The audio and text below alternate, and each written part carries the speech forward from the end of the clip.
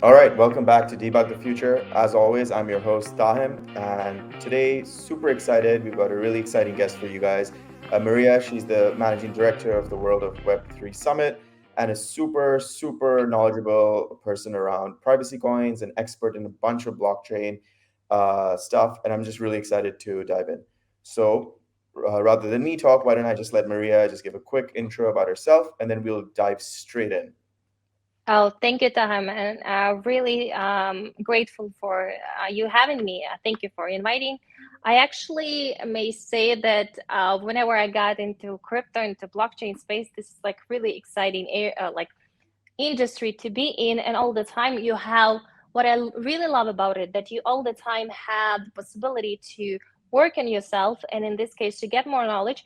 I believe for any person, this is like one of the most exciting things when you can actually learn about the most exciting technologies, and in this case as well become more knowledgeable, and at the same time help other people to know about this. So I may say that I got into crypto, as they call it, quite often, because this is like one of the probably major questions as all people who got into crypto, they ask each other. So how have you got into this? I may say that I'm not the earliest like adopter, because I have friends who are in crypto, and I'm really pleased that I have those people among my acquaintances and friends, really close friends. They are in crypto or since 2011 or since 2013, somebody in 2015, and etc. Myself, I got into this. I heard about already crypto and blockchain in 2016, but I got myself in 2017. So I was a journalist at the Ukrainian national radio station. I'm originally from Ukraine. Uh, and actually, I really liked IT technologies. I really wanted to do, a program, yeah, like yourself, like you're doing the podcast. I was like at that time, I really wanted to do something exciting, a program about IT technologies on the Ukrainian national radio station. And it started that I understood, oh, okay, I really want to do this here, but at the same time, I can do this not only in Ukrainian but also in English. And later on, I was invited to work in one of the crypto news media and do the news on crypto. So it's kind of like, so I may say this was the time when my life changed once and for all, because you actually are choosing the other path. So I chose this path, and I'm really excited that I'm there. So since 2017, I started to do the news. Later on, one media, later on in another crypto media, and I also started to moderate quite a lot of blockchain conferences, and I started to learn more. And I'm really excited that at that time I got to know the majority of Ukrainian blockchain community, because they're really smart, they're really talented. A lot of really talented, interesting projects and developers that are coming from Ukraine in terms of blockchain. So I became a part of our Ukrainian Blockchain Association. I'm ambassador of Ukrainian Blockchain Association. Our president, Mike Chebanyan, he created Blockchain Hub in Kiev, Ukraine at the time. And a lot of knowledge which I've got it from there. And this was like the first time, when I learned about very different topics, starting like from blockchain, ending at that time. Of course, we still haven't spoken so much about DeFi. At that time, I only learned about different types of blockchains, the cryptocurrencies which were out there. But it was the time when I actually heard about the first DeFi ever project, which is Banker. And we Mhm. later on heard only about Uniswap. So this was like one of these like topics. So I was really pleased that I was really active at the time, and of course, despite the fact that I was not a developer myself, but I was a really curious journalist who's asking a lot of questions. So I was asking a lot of questions. Uh, I was asking developers those questions, and I wanted to learn more. And this was the time when I got to know with all of these projects. After that, I started like to moderate at very interesting events. For me, it's really exciting journey. I really love to learn about more new trends which are upcoming. I believe about that after all of these new waves that you heard, probably all of you, about DeFi, NFTs, they're new are upcoming, and I'm really excited to know which one will be the new trends in crypto and blockchain, and what will be, in this case, the next in the future of this exciting technology. Awesome. Yeah, that's super interesting. I would almost argue that you were still very early in the journey. 2017, most people were still just discovering it. What an interesting But it thing that was, you it was a boom at that time, or probably everybody already heard about this because Yeah, it was still I like, I will, mean, it was the last bubble, but yeah, I think like now yeah, compared to then, obviously, is like a whole new world. It was interesting that you meant, like, I think one thing that came out was that, obviously your curiosity really drove you to like ask and learn a lot. yes. But especially because as a non-technical person in this space, which is still a very technical space, what kind of advice could you give to other people about getting involved in the space? Like, what do you find has helped you make inroads in this like still extremely technical world? I believe one of the features that I have, I, as I mentioned earlier, I'm a really curious person. I really want to know. And as a journalist, I'm asking a lot of questions. So sometimes some of my friends who are really talented in this space, they know how to develop stuff. We're all the time they're joking that I'm, and they are at the same time they're excited when I'm asking a lot of questions, but they are saying, "Oh, what's the next question?" So I believe don't be afraid to ask questions, and do not be afraid that if you don't know something at this time, because if you ask a correct question, you'll get the correct answer. So from this perspective, you will learn what you want to know. So the only thing, you just need to know what you love. One of the most important things, you need to love this thing. It's not like that you just, because honestly, and this is one of the things that I'm also observing, and from this perspective I'm trying as well myself to differentiate who is true in this space because they love it, and who are the like whose agenda is not a bit like so very sincere, is not very for the sake of the technology. So in this Yeah, case, you you always end you up getting still, that in these bubbles. yeah, so in this case, that's why you need to be careful from my perspective. But definitely don't be afraid to ask questions, don't be afraid to be curious about it, because I believe this is what actually led me to the place where I'm right now. And I'm really excited right now to like follow and get to know what is going on here. I really like to follow how the ecosystem is thriving here in Dubai. And actually, the same is in Abu Dhabi. Yesterday I just came from Abu Dhabi, and tomorrow I'm also going back to Blockchain World Conference. I'll be moderating at that conference as well. So the thing is, what I believe the most exciting is like to be in this epicenter of what is going on. So definitely Dubai is right now one of the blockchain hubs, Middle Eastern hub, I would say. And that's why I believe subconsciously this is for me really the place to be, because I like to I like to be in the place where a lot of things are happening. And in this case, a lot of things in terms of the blockchain, they are happening here in Dubai. But of course, it's very, very important for me. I all the time like to follow those projects, those companies which are really exciting, really interesting. I know that the people behind them are really dedicated to their work, and they really want to create something awesome. So I believe from this perspective, you can actually find a lot of people here as well, definitely. So yeah. Yeah, super interesting. So just let's moving to some a slightly different topic. So I know like one thing that you're super knowledgeable about is like private coins, or some people call them privacy coins. So I'd love to just dive into that just for the audience, like in your definition, what does that even Mm-hmm. mean?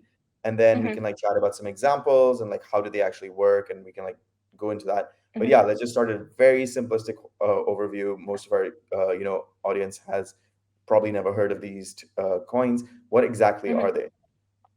So I'll tell you this. There was a part in my journey when I learned more about Monero as one of the privacy coins, and probably so far still it's the most like famous privacy coin. So what does it mean? Um, and by the way, I'll tell you why this privacy thing is quite debatable in the world of crypto. Because on the one hand, you need to have everything transparent. The data is out there, so you can actually see what is going on blockchain. And at the same time, everybody knows right now that Bitcoin is actually pseudonymous. Although the newest Taproot upgrade, which was out there, was like actually was created to work on the privacy features of Bitcoin. Because one of the things which I remember clearly a lot of developers of Moneros that they were claiming that Bitcoin hasn't solved the fungibility issues. So right now, everybody knows that non-fungible token stands that it's only one and unique. There's not another one. So Bitcoin, from this perspective, as Monero developers were saying, hasn't solved the fungibility issue. So from this perspective, they So wanted on what the do you country. mean? They What want, do you mean for the yes. audience? Like, what it hasn't solved the fungibility issue? Like, what does that mean? Yeah. So here in this case, it's very important to understand that one Bitcoin would be equal to the other. But for example, with all of the new protocols which can trace the origin of Bitcoin, if, for example, one Bitcoin one Bitcoin can be tainted, and the newly mined Bitcoin, because it doesn't have, let's call it a dark history, so this one is more valued than the other. Because, like, for example, Tahem, you would want to have probably in your wallet like a clean Bitcoin, not the one Mhm. with not like, I would say, like doubtful history, probably. Yes. Understood. That makes sense. And then So how is Monero private coin mhm. different to Bitcoin? Because one of the things that most people, at least the average person, and what's portrayed in the media, is that obviously that crypto is basically anonymous. You don't know whether who the money is going to. So how does like Monero Bitcoin, go even the no, next with step? Bit, believe me, with Bitcoin, it's really easy right now because I have a lot of like friends. Maybe you have heard about like such protocols as Chainalysis, CipherTrace, and there Mhm. are a lot of them. I know my friends from Ukraine named GL protocol. So right now, of course, you cannot like trace that. For example, they do not trace that this, for example, this wallet address belongs to your surname. But if, for example, you were actually at some point registered at the centralized exchange, and if, for example, your wallet address doesn't have like really nice history because, for example, you were sending some money to darknet or something like that. So whenever your name is already registered at a centralized exchange, so you can see the connection here. They can actually trace who does it belong to exactly. Yeah, But I'm actually very really happy important, you mentioned that because I think it is exactly what you said, right? Which one thing that the average person doesn't really realize is that because of the way the blockchain is, that it's very easy to trace funds. And the moment you do KYC yes, for using a Coinbase account or like a Robinhood account, then people are able to or like yeah, obviously or a figure it out. custodial wallet. Exactly. And I think it's like whenever there's like, and you've seen this in the past few years, where whenever there's a crypto hack where like they hack or ransomware hack, sorry, and they Yeah, ask for payments in crypto, they're able to trace the funds very quickly because, I mean, it's very easy to trace. But it, then jumping to that Monero part, so yeah. what does Monero do differently? So Monero on the contrary has so-called stilled addresses. So what does it mean? In this case, stilled addresses, by the way, it was the person who introduced this notion was Peter Todd, if I'm not mistaken. So it means that for one transactions, there is only created one time address. So you don't exactly know who exactly sending which amount of money, but you know like only which amount of money is sent to the other address. So it's only one. So Monero works with so-called ring signatures plus still addresses. So still address in this perspective, it means that it only like for one time ever. And from this perspective, ring signatures, they are confidential. So the users are creating these transactions with multiple inputs and outputs. So what does it mean? Input, it means that the sender who's sending the money, he's like showing that there might be referring to several outputs. So it means you don't know exactly from which address he or she is sending the money. So two the most important probably things which you should remember about Monero as a privacy coin is ring signatures, which makes the transaction confidential, and still addresses. So one-time address doesn't, and ring signature provides you with the ability not to show from which exact address you're sending the money and to which exact address. You can see only the amount of money which are sent out there. That's it.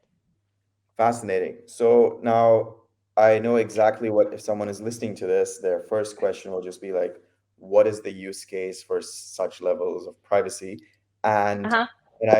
I'm going to preempt it so that you can answer it immediately, which is also how do obviously people must be thinking this is largely for like illegal activities. So like, what is your Yeah. response largely to that?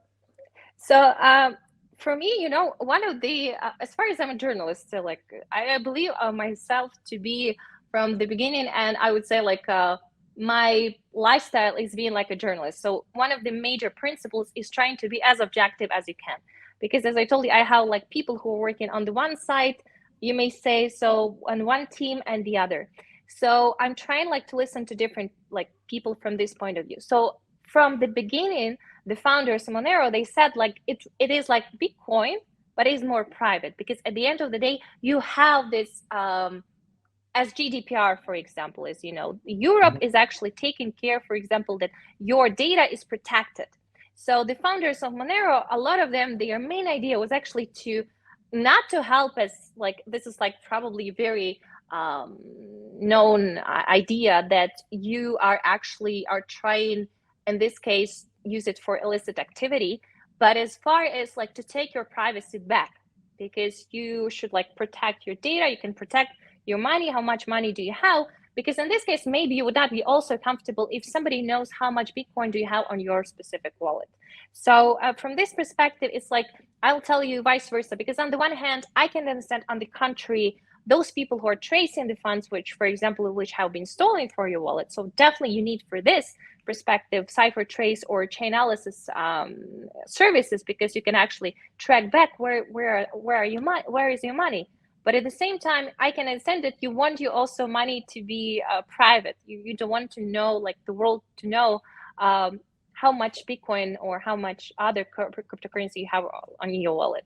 So from this perspective, the idea was not bad, but at the same time, of course, it's like, it's like with a knife in the kitchen. You can use it just to cut the fish, but you can use it like to hurt someone. So Yeah. from this perspective, the same I believe with privacy coins and etc.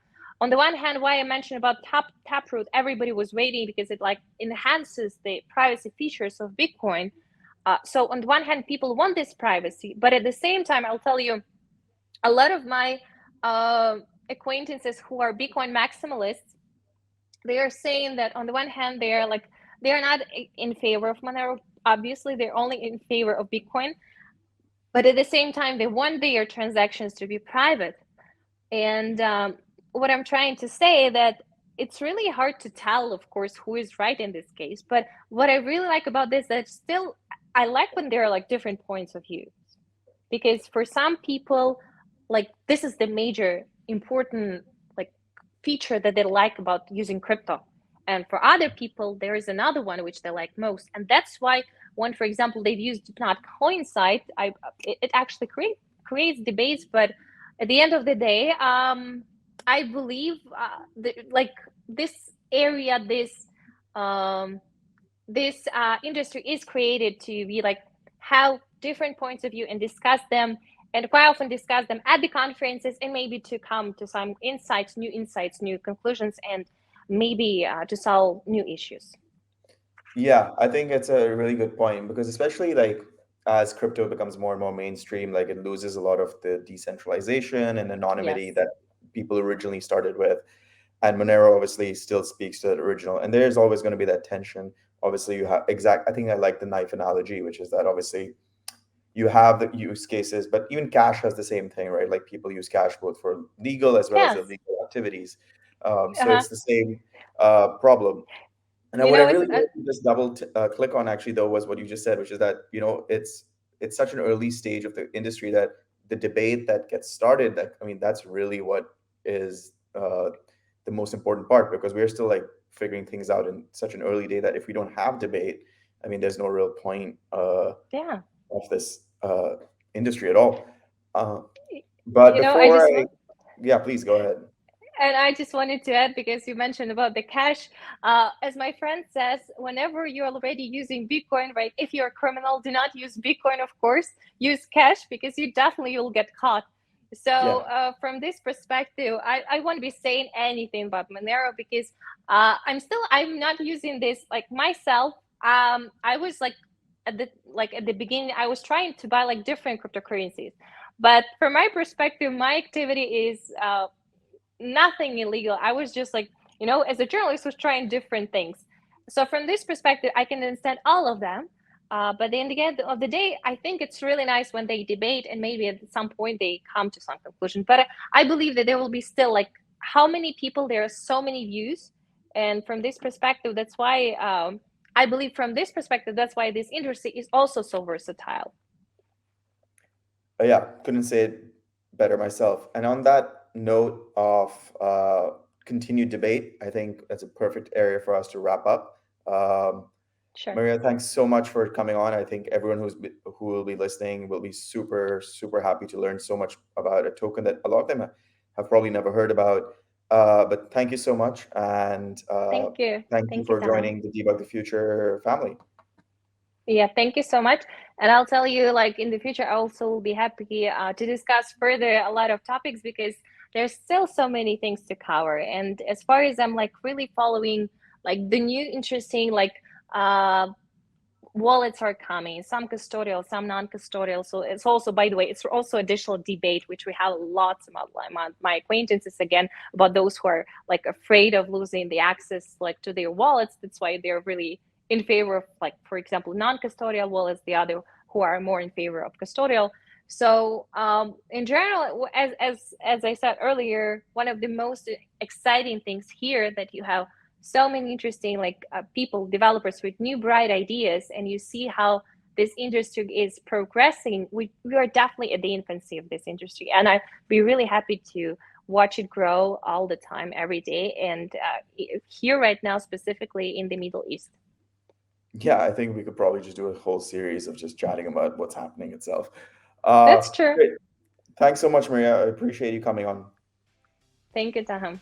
Thank you. Thanks. Thank you so much. Definitely, I would like to everyone who's watching us, I'll definitely want to encourage them to learn more about blockchain technologies and everything what is connected with that. It takes time, but it's really exciting area to be in. Couldn't say it better myself. Thank you.